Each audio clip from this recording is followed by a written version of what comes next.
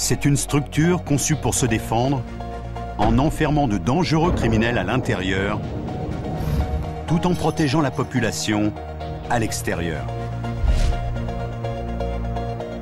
Franchissez la ceinture de fil de fer barbelé pour pénétrer jusqu'au cœur de ce pénitencier de sécurité maximale ultramoderne et découvrez comment cette forteresse contemporaine donne une nouvelle dimension à la notion d'incarcération.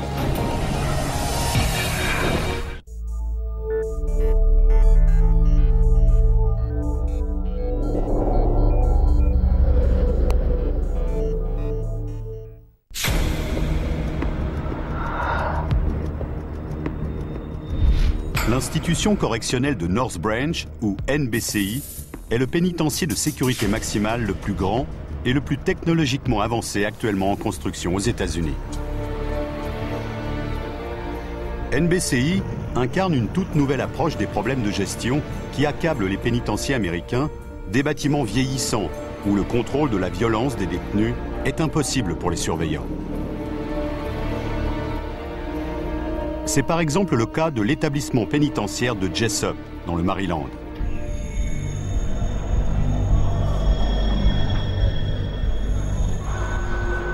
En 1972, cette prison à l'ancienne, avec des murs en briques et des barreaux en fer, a connu la pire mutinerie de l'histoire de l'État. Après y avoir mis le feu, les détenus ont pris d'assaut les enceintes et causé de sérieux dégâts au bâtiment.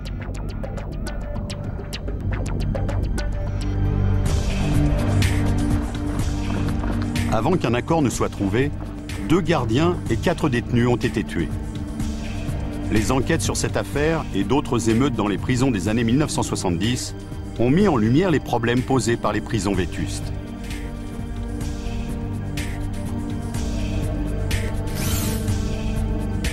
Les vieux bâtiments regorgent d'angles morts et de recoins qui permettent aux prisonniers de tendre des embuscades. Des verrous archaïques, des portes peu solides et des communications insuffisantes laissent la prison et son personnel vulnérables face à des détenus déchaînés. Voilà pourquoi, dans les années 80 et 90, dans l'espoir de réduire la violence en éliminant les contacts entre les prisonniers, un nouveau type de pénitencier est apparu, le Supermax, ou sécurité maximale, une structure conçue dans un seul but, enfermer les détenus dans un isolement total. Les prisonniers étaient confinés dans une cellule individuelle 23 heures par jour. Chacun avait droit à sa propre cellule. Les détenus ne sortaient jamais en groupe, toujours un par un, et seulement 1 heure par jour. Il n'existait aucune zone de communication, comme un réfectoire ou une cour de promenade, aucun endroit où les détenus pouvaient se réunir. Cette forme d'incarcération s'est répandue aux États-Unis et en 1997, on comptait 57 pénitenciers Supermax dans plus de 30 États. Mais au fil du temps, on a commencé à se poser des questions sur l'impact psychologique désastreux de l'isolement dans un Supermax. Ici, dans le Maryland, les autorités affirment que ce type d'enfermement a rendu les détenus dangereux encore plus hostiles. Ils lancent leurs excréments ou leur urine. Ils sont agressifs verbalement. Mais quand on enferme quelqu'un dans une cellule 23 heures par jour, je pense qu'il ne faut pas s'attendre à autre chose. Les autorités s'inquiètent encore plus des risques qui pèsent sur la population quand les prisonniers des Supermax sont libérés et que leur rage peut enfin s'exprimer librement. Voilà pourquoi le Maryland abandonne l'approche Supermax pour la remplacer par un nouveau type de pénitencier, un système aussi sûr, mais qui n'impose pas un isolement aussi total. Ce sont des bâtiments complexes, hautement spécialisés, parce que, comme vous l'imaginez bien, les gens qui y vivent n'ont pas envie d'y être. Ils complotent 7 jours sur 7, 365 jours par an pour essayer de s'évader.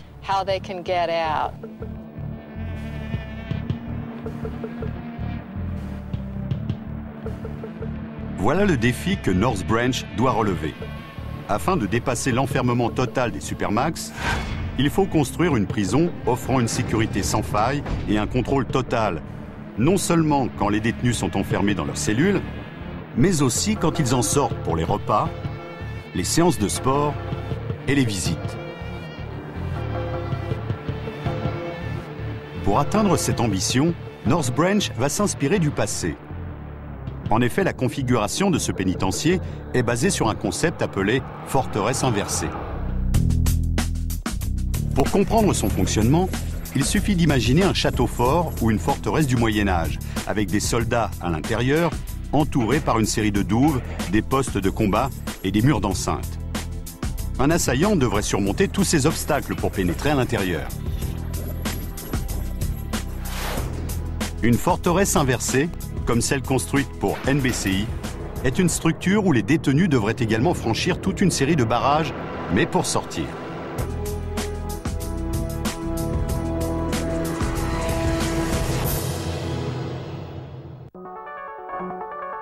Ces obstacles commencent avec les épais murs de béton des cellules.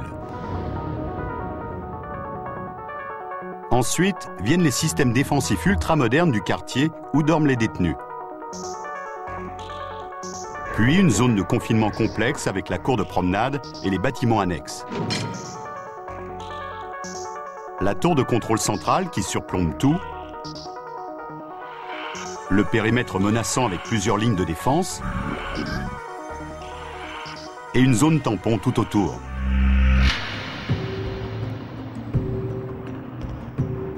Construire une telle prison exige un terrain dégagé comme celui dont une forteresse traditionnelle aurait besoin. À l'époque, il devait être vaste et plat, car si des collines ou des arbres faisaient obstruction, les défenseurs de la forteresse ne pouvaient pas voir l'ennemi approcher. Dans le cas d'un pénitencier, les gardiens ne verraient pas les détenus s'enfuir. En 1991, le Maryland s'est mis en quête du site idéal et l'a trouvé dans l'ouest de l'État. À environ 2 heures de route de Baltimore et de la capitale fédérale.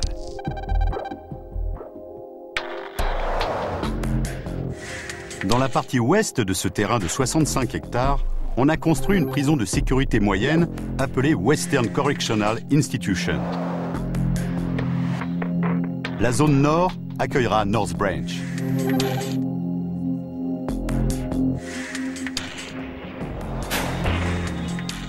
En plus d'être à niveau et plat, le site offre d'autres avantages naturels pour la forteresse inversée. Les velléités d'évasion seront découragées par les monts Appalaches à l'est et les Alleghenies à l'ouest, tandis qu'au sud, la route est barrée par un bras du fleuve Potomac. La construction de cet immense pénitencier de haute sécurité doit durer plus de 10 ans pour être achevée en 2007. Au centre de la forteresse, il y aura un immense bâtiment administratif avec une tour de contrôle de 5 étages, offrant une superficie de plus de 35 000 mètres carrés. Tout autour se trouvent 4 unités cellulaires où logeront les détenus. La construction du bâtiment administratif et de la première unité est désormais achevée. La deuxième est en travaux et les 2 dernières sont encore en attente.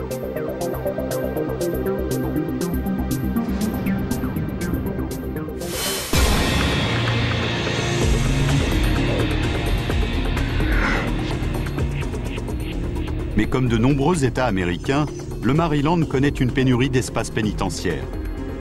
NBCI a donc commencé à fonctionner dès l'achèvement du premier bâtiment cellulaire. Les 3 autres unités seront mises en service dès la fin des travaux. En plus de la tâche herculéenne que représente la construction du pénitencier de sécurité maximale le plus imprenable et le plus moderne de l'histoire, il faut donc ajouter un autre défi. Les architectes et les ouvriers doivent mener ce chantier gigantesque à côté d'une prison en service. Et ils doivent faire vite.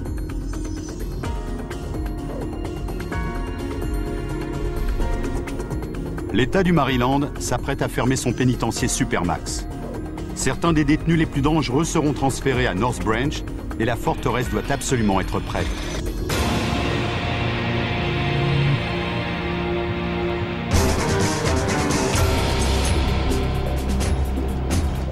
En 2000, Les travaux commencent sur l'institution correctionnelle de North Branch, qui incarne une approche radicalement différente de l'incarcération de sécurité maximale.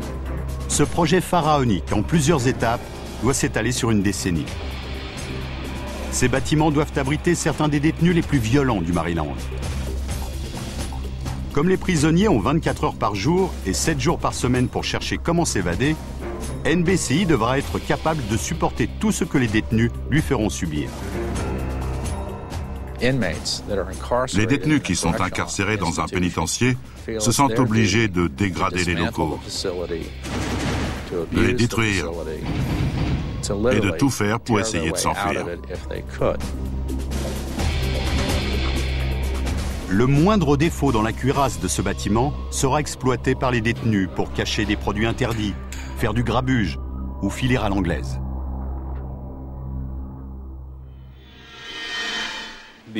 L'idée est de créer un environnement hautement sécurisé avec une visibilité maximale des détenus en permanence. Il faut des prisons solides, leur construction doit être parfaite et elles doivent être faites pour durer. Bâtir une prison indestructible commence par la conception et la construction de la forteresse inversée. Dans une forteresse inversée, le détenu est placé au centre, encerclé par au moins 6 barrières de confinement. Au milieu se trouve la cellule. C'est la première ligne de défense et la plus importante. Les cellules sont si essentielles pour la solidité d'une prison que celles de North Branch sont fabriquées dans des conditions extrêmement contrôlées et hautement spécialisées. Elles sont construites séparément du reste du chantier dans une usine voisine. Le processus de fabrication est confié à une entreprise spécialisée dans les cellules en béton précontraint à destination de prisons de tout le pays.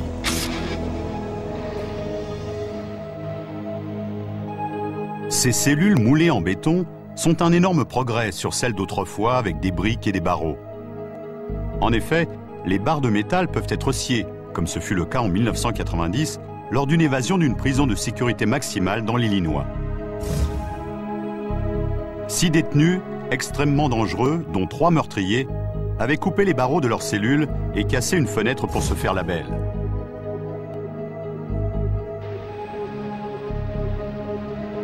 Depuis ce type d'incident, les architectes doivent s'assurer qu'on ne peut pas sortir de ces cellules.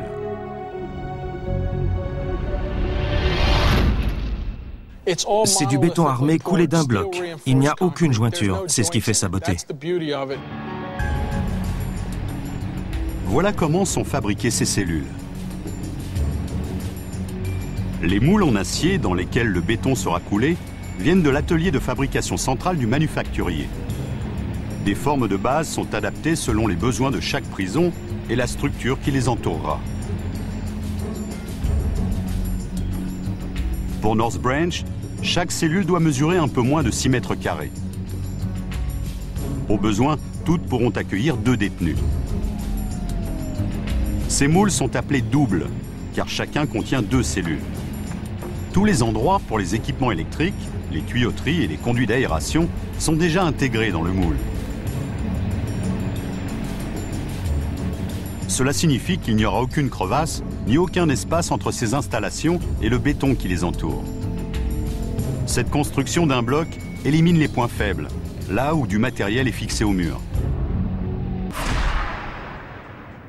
Pour fabriquer les cellules monoblocs de NBCI, il faut à chaque fois 4 jours. Le premier, des barreaux en acier armé très résistants sont assemblés selon un cadre qu'on appelle la cage. Une grue hisse ensuite la cage dans un immense moule en acier. Le béton est ensuite versé à l'intérieur du moule. C'est un mélange spécial qui le rend encore plus difficile à découper ou à percer. Il est moins humide que le béton ordinaire, ce qui le rend très dense et ultra solide. Grâce à des adjuvants chimiques, il reste malléable pour la phase de coulage.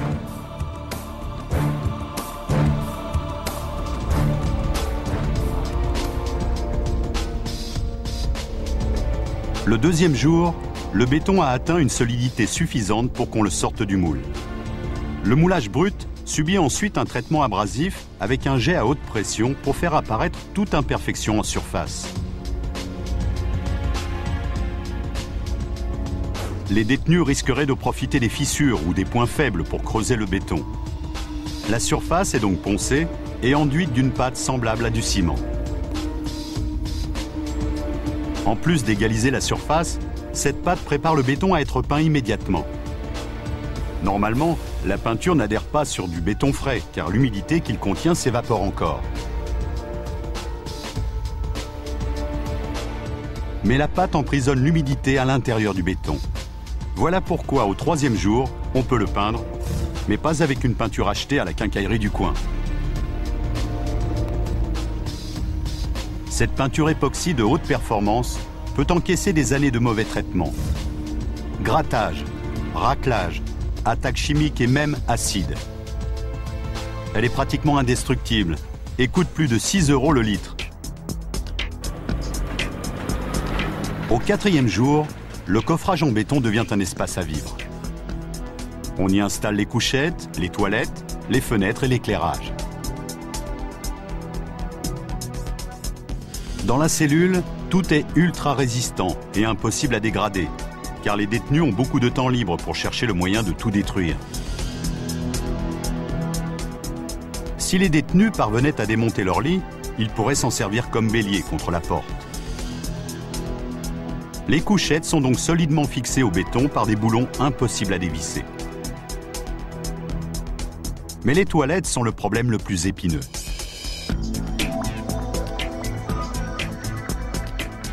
Aujourd'hui, les sanitaires sont en inox, car par le passé, il est arrivé que des détenus cassent des morceaux de céramique pour s'en faire des armes coupantes.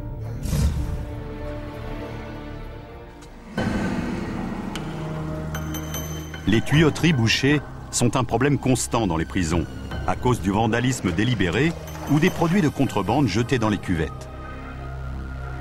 Les équipes de maintenance doivent donc avoir un accès facile aux tuyauteries. Cet espace, situé derrière les toilettes, est souvent utilisé pour les évasions, notamment en 2001 dans une prison à sécurité maximale d'Oklahoma. 2 détenus, un meurtrier et un kidnappeur, ont descellé les toilettes pour se faufiler dans l'espace de maintenance situé juste derrière. Ensuite, ils ont rampé jusqu'au toit par un conduit d'aération. Pour s'assurer que cela n'arrivera pas ici, le mur qui sépare la cellule de l'espace de maintenance est renforcé par des tiges métalliques. À la fin du 4e jour, la cellule est prête à être transportée par camion jusqu'à la prison. Mais d'abord, le béton doit faire ses preuves.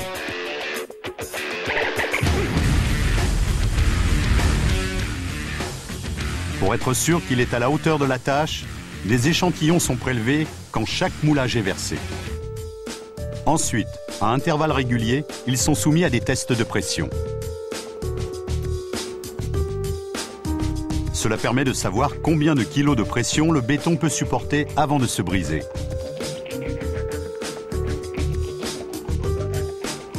Cet échantillon n'a que 5 jours. Il résiste à un poids de 25 tonnes avant de céder.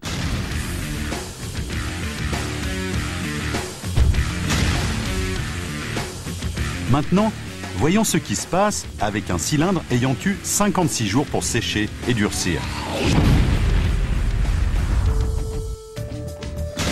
Il accomplit l'exploit de supporter plus de 54 tonnes avant de se briser. Cela fait 630 kg par centimètre carré, soit presque 4 fois la solidité du béton utilisé pour les routes.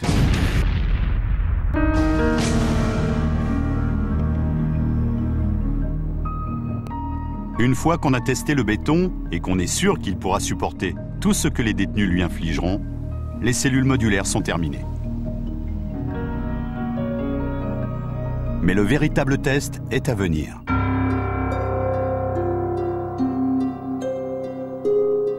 Aucune machine ne peut reproduire l'ingéniosité et l'obstination d'un détenu de sécurité maximale. Et plus d'1 millier d'entre eux vont arriver à North Branch.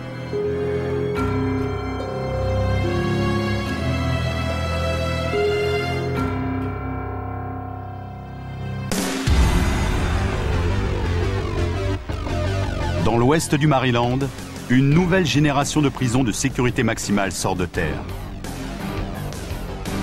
L'institution correctionnelle de North Branch sera une forteresse moderne, à la pointe de la technologie.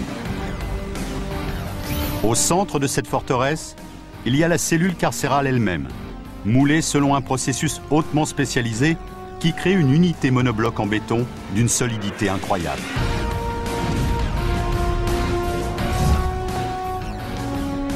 Le recours à des modules préfabriqués donne à la prison des cellules exceptionnellement sécurisées, mais c'est aussi un énorme gain de temps. Avec la construction modulaire, un bâtiment cellulaire peut être en place en 12 jours. Nous avançons vers la nouvelle génération des architectures carcérales, et c'est comme ça qu'il faut désormais construire des prisons. Les cellules modulaires ultra solides sont le premier niveau de confinement dans la forteresse inversée. Ensuite vient le bâtiment cellulaire lui-même. Au lieu de concentrer tous les détenus dans un bâtiment unique, North Branch les répartit en plusieurs unités. Cela améliore la visibilité et réduit le potentiel de violence. North Branch aura 4 unités cellulaires, chacune divisée en 4 ailes. Ces unités contiendront 2 salles de contrôle qui surveilleront chacune 2 ailes. Les unités 1 et 2 seront les plus restrictives. Les numéros 3 et 4 offriront plus de mobilité aux détenus qui auront mérité ce privilège.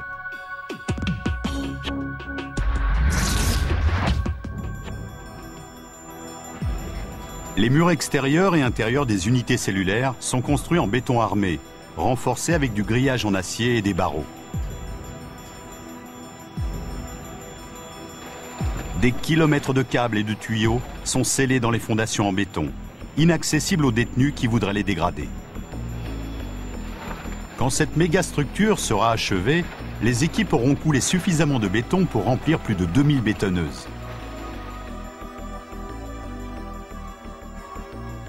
Mais à l'hiver 2004, les températures ont chuté en dessous de 0, ce qui a rendu le coulage du béton pratiquement impossible. Le béton se solidifie à mesure qu'il sèche, et pour qu'il atteigne sa solidité maximale, il ne doit pas descendre à moins de 13 degrés pendant les 3 jours qui suivent le coulage.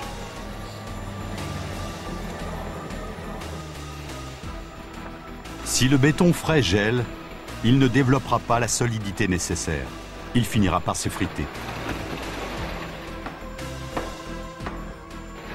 Mais attendre le bon vouloir de la nature n'est pas une option envisageable. Les ouvriers ont déjà perdu plusieurs semaines de travail à cause des conditions météo. Les équipes du chantier font donc de leur mieux pour lutter contre le froid glacial avec des tentes, des couvertures et des chauffages. Leur but est de conserver les températures autour du béton frais au-dessus de 13 degrés pendant 72 longues heures.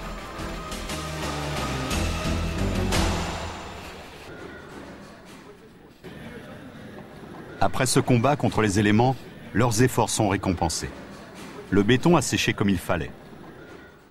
Une fois que la coque de béton solidifiée est assemblée avec les cellules monoblocs de l'usine de béton précontraint, la base de l'unité cellulaire est prête.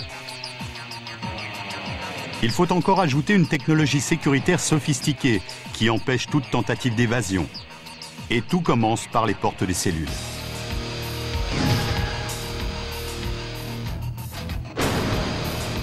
Regardez comment celles-ci résistent à des chocs violents au cours des tests de résistance. Les coups répétés avec un bélier de 90 kg laissent à peine une petite bosse.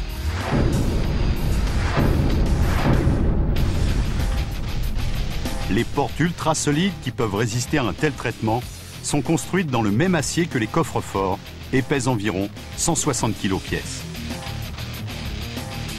Et pour vérifier qu'il n'y a aucun point faible autour de la porte, le châssis est comblé avec du béton. Aucune chance de la défoncer ou de la faire sortir de ses gonds.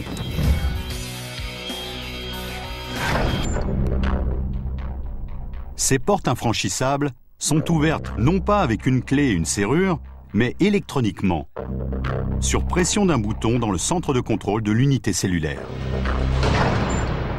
On est bien loin des prisons à l'ancienne. et du bruit si caractéristique des grilles qui se referment lourdement.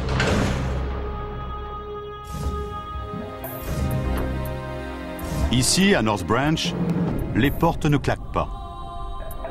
Elles glissent dans un chuintement pneumatique quasi silencieux.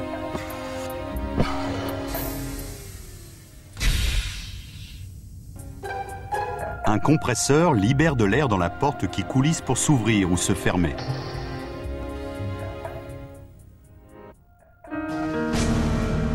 Le centre de contrôle peut verrouiller ou déverrouiller tout un étage automatiquement, ou décider de fermer une seule porte pour bloquer un détenu non coopératif.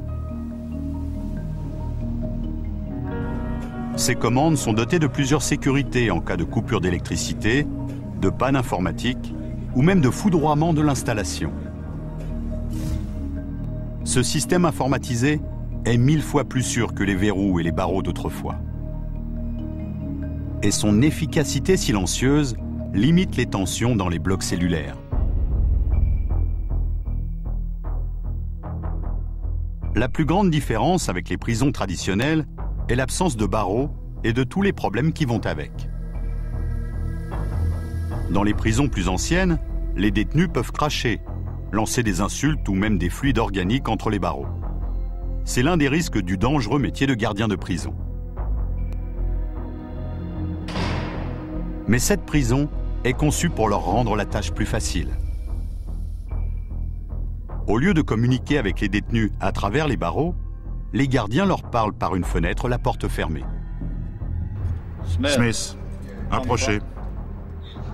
Tournez-vous. On s'adresse à eux à travers la porte. Il y a une série de trous avec un haut-parleur à l'intérieur. Comme ça, quand le détenu parle à un surveillant, sa voix est clairement audible, malgré la porte fermée.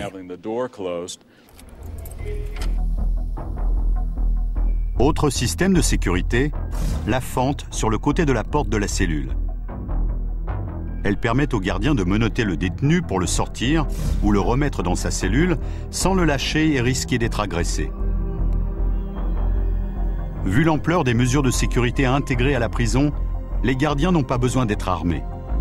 Cela élimine le danger réel de voir les détenus tendre des embuscades aux officiers pour s'emparer de leurs armes. Au cours de la plus grande évasion dans l'histoire du Texas, 7 prisonniers avaient attaqué et désarmé les surveillants. Ces détenus, dont des condamnés à perpétuité, avaient commencé avec des armes artisanales, mais étaient parvenus à voler un véritable arsenal auprès des matons.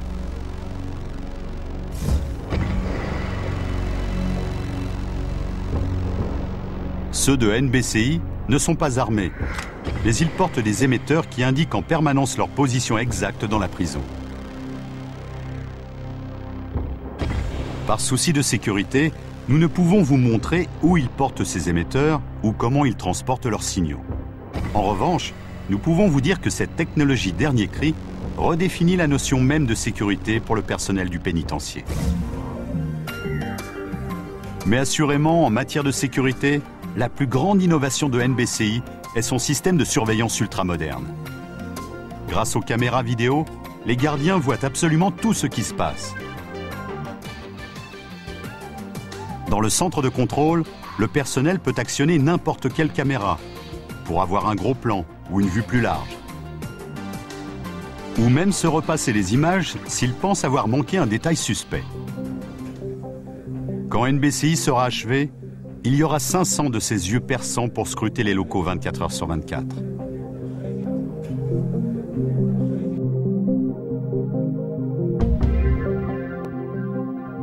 Et les murs de North Branch ont également des oreilles. Chaque cellule est équipée d'un système de communication qu'un gardien peut allumer pour entendre ce qui se passe à l'intérieur. Le personnel peut également se servir de ce système pour se parler ou faire des annonces.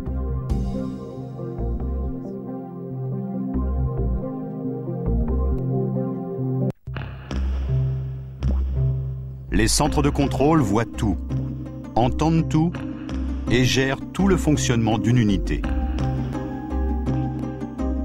Mais après quelques mois de fonctionnement dans l'unité numéro 1, les gardiens ont identifié une modification qui pourrait améliorer les communications dans les unités moins restrictives encore en chantier. Dans l'unité numéro 1, le centre de contrôle est situé au premier étage, ce qui est efficace pour surveiller les détenus, mais moins pratique pour la communication entre les membres du personnel postés dans le centre et dans les ailes. Placer le centre au rez-de-chaussée pourrait être une meilleure solution. Pour réfléchir à ces changements, sans aucun frais de construction, les architectes ont créé un modèle informatique. Cette promenade virtuelle dans les locaux permet à leurs concepteurs d'explorer différentes options pour le centre de contrôle sans verser une seule goutte de béton.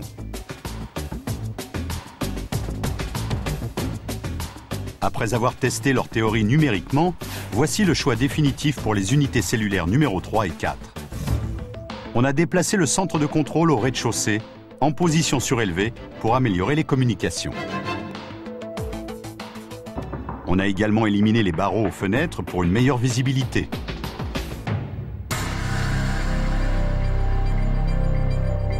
Mais au-delà de l'unité cellulaire, il y a un défi encore plus grand. L'ambition de North Branch est de donner aux détenus gardés en sécurité maximale l'occasion de sortir de leur cellule pour aller en cours ou au travail et pour avoir plus de contact humain que dans un supermax.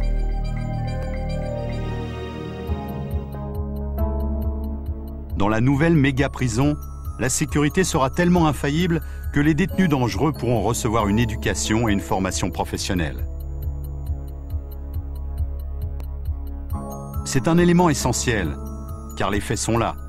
98% des détenus sortiront un jour de prison. Sans compétences pour les aider à reconstruire leur vie, ils risquent fort de revenir ici.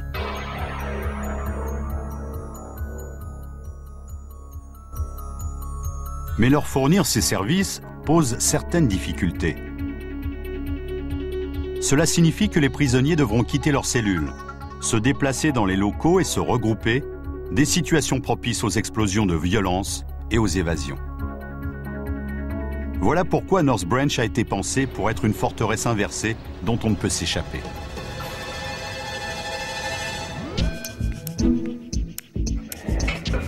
Au centre du dispositif de sécurité, on trouve les cellules en béton précontraint et des systèmes high-tech pour sécuriser les bâtiments. Mais de nombreux problèmes se posent encore. Le niveau de sécurité suivant est un système complexe de confinement qui permet aux détenus de quitter les unités cellulaires pour aller en classe, au travail ou dans d'autres services.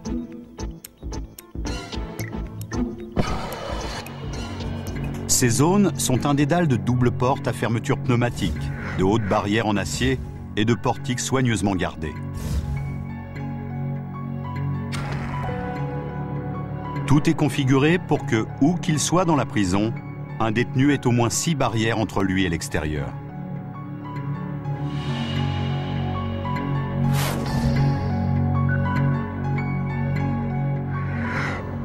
Et où qu'il aille, il reste toujours dans la ligne de mire du centre de contrôle ou d'une caméra de surveillance.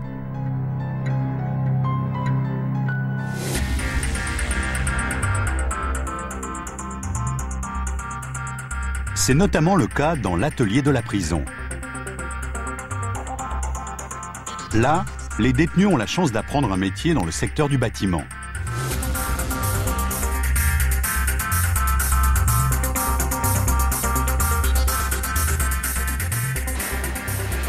Je suis fier de ce que je fais.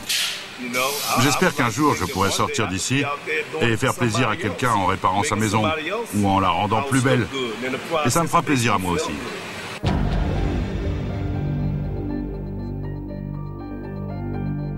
Dans l'immense bâtiment administratif de la prison, les détenus de NBCI peuvent suivre une formation.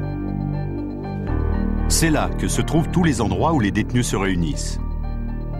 Les salles de classe, la bibliothèque, les locaux pour les visites ou les soins médicaux, les cuisines et le réfectoire.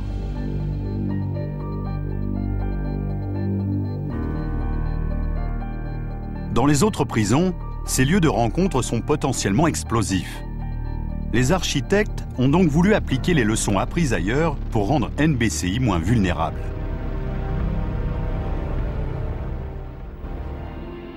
Par exemple, au cours d'une mutinerie dans un autre pénitencier, les détenus ont pris d'assaut les cuisines à partir du réfectoire.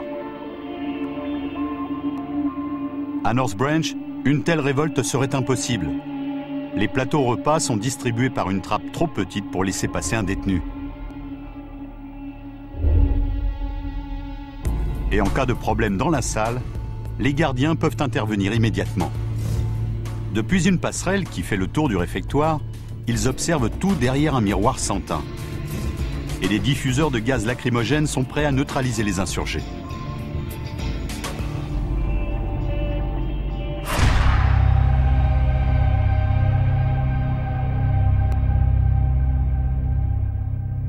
Dans cette forteresse inversée, le niveau suivant de sécurité est la tour de contrôle centrale dominant le bâtiment administratif.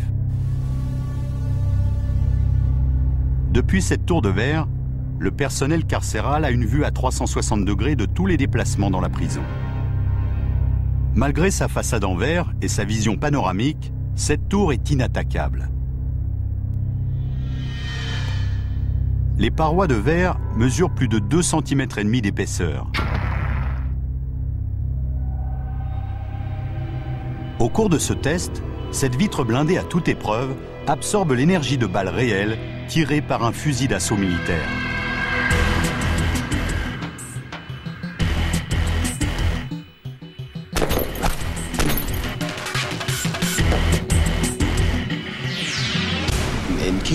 Et n'oublions pas que j'étais très près, sans doute à 3 ou 4 mètres.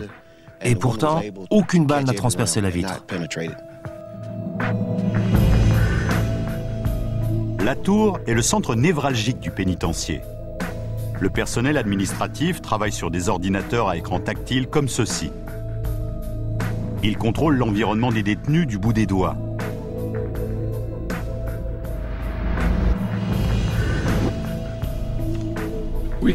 On peut tout faire sur cet écran tactile. Baisser les lumières, les éteindre, les allumer, ou même contrôler les arrivées d'eau. La tour peut même bloquer le déclenchement des chasses d'eau pour que les détenus ne puissent pas faire disparaître des drogues ou d'autres produits de contrebande pendant les fouilles. Et s'il y avait une brèche dans la protection du centre de contrôle? Cela s'est déjà produit à Jessup et au cours de plusieurs mutineries.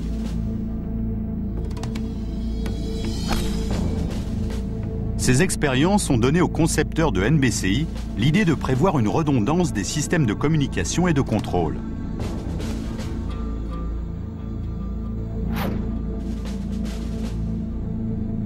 Cela signifie que toutes les radios, les intercoms et les ordinateurs ont un double dans une pièce secrète qui est la réplique exacte de la salle de contrôle centrale. Pour des raisons évidentes, les autorités pénitentiaires ne révéleront pas l'emplacement de cette salle de contrôle secrète. Mais dans le pire des cas, elle est prête à prendre le relais, n'importe quand, pour gérer la vie de toute la prison.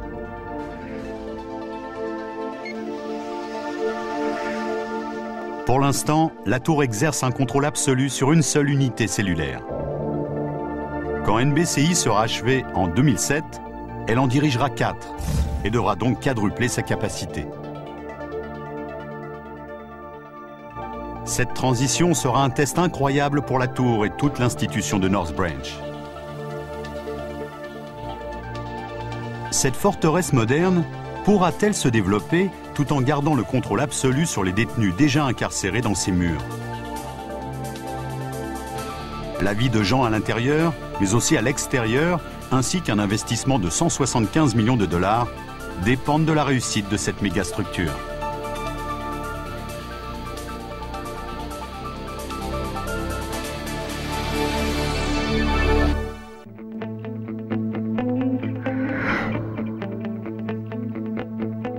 NBCI est une innovation architecturale qui fait entrer la sécurité carcérale dans le XXIe siècle.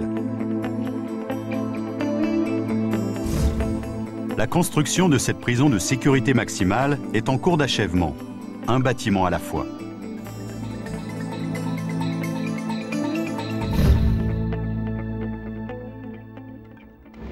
L'unité cellulaire numéro 1, le bâtiment administratif et la tour de contrôle centrale sont terminés. La deuxième unité est en chantier, tandis que les numéros 3 et 4 seront bientôt construites. À mesure que les unités cellulaires entreront en fonction, les zones de confinement les entourant devront s'étendre sans gêner la surveillance des détenus déjà sur place. Pour la tour de contrôle, cela signifie qu'il faudra se connecter à la totalité des serrures, lumière, caméras, intercom et autres fonctions de la nouvelle unité. Avec une technologie moins avancée, il faudrait refaire un nombre incalculable de branchements. Mais ici, dans le cas d'un système de pointe, le problème se résume à un simple changement de logiciel.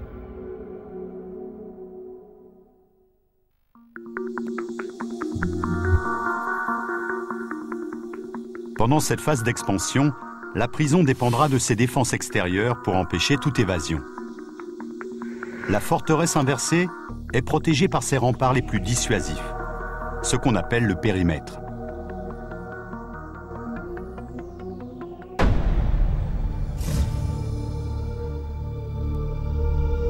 Deux clôtures infranchissables surmontées de barbelés forment le périmètre. Avec, entre les deux, un no man's land parsemé de capteurs électroniques et de rouleaux de fil de fer coupants. Ensemble, ils constituent une barrière infranchissable sur plus de 1500 mètres, avec plus de 11 millions de pointes à serrer.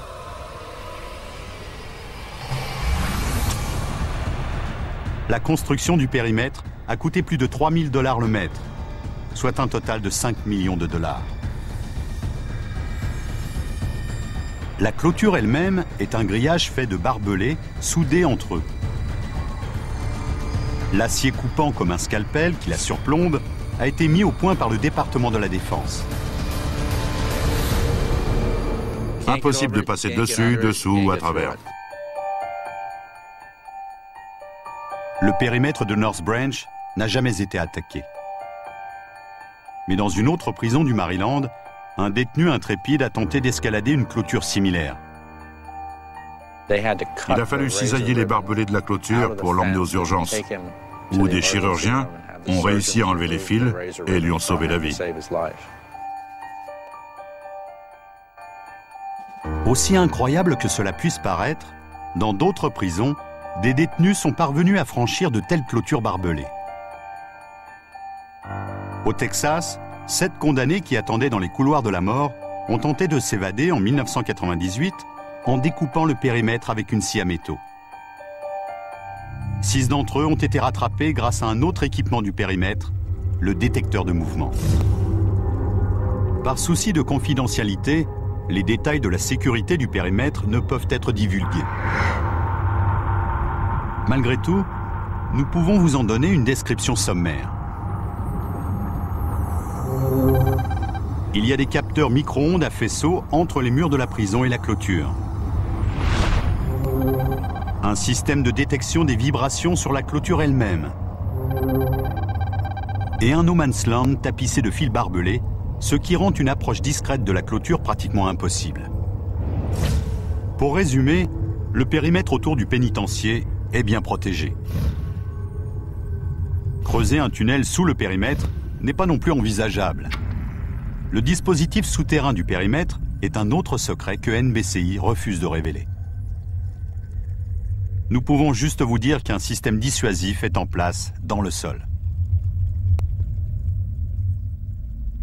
En revanche, nous pouvons vous éclairer sur un point. Pour s'assurer que personne ne tente de se faufiler à la faveur de l'obscurité, tout le périmètre est illuminé par un système de projecteurs particulièrement sophistiqué. Ces spots de très haute intensité, perchés sur des poteaux de 12 mètres de haut, fournissent 6 fois plus de lumière qu'un lampadaire ordinaire, tout autour du périmètre de 1500 mètres. Au-delà des barrières multiples du périmètre, la forteresse inversée oppose encore une ligne de défense. la zone tampon. Ici, le dernier obstacle à l'évasion a une forme humaine. 24 heures sur 24, 7 jours sur 7, des gardes lourdement armés patrouillent le long du périmètre.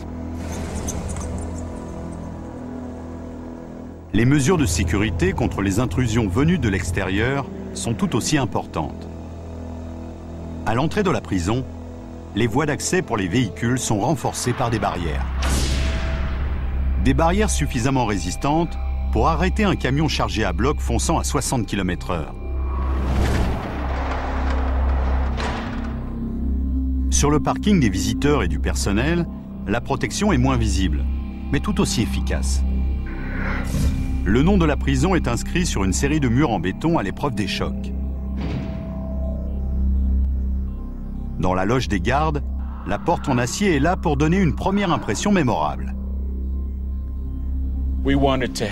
Nous voulions que, très concrètement, quand vous touchez la poignée, vous sentiez que vous quittez un monde pour pénétrer dans un autre, à part. Ce monde totalement différent s'appelle Institution correctionnelle de North Branch et doit être achevé en 2007. Ce jour-là, pour cette méga structure, ce sera l'épreuve du feu. Les défenses de cette forteresse inversée résisteront-elles à plus d'1 millier de détenus qui n'ont rien d'autre à faire que débusquer ses points faibles et exploiter ses failles? Si l'expérience audacieuse de NBCI est un succès, elle ouvrira un nouveau chapitre dans l'histoire de la détention carcérale des criminels les plus dangereux.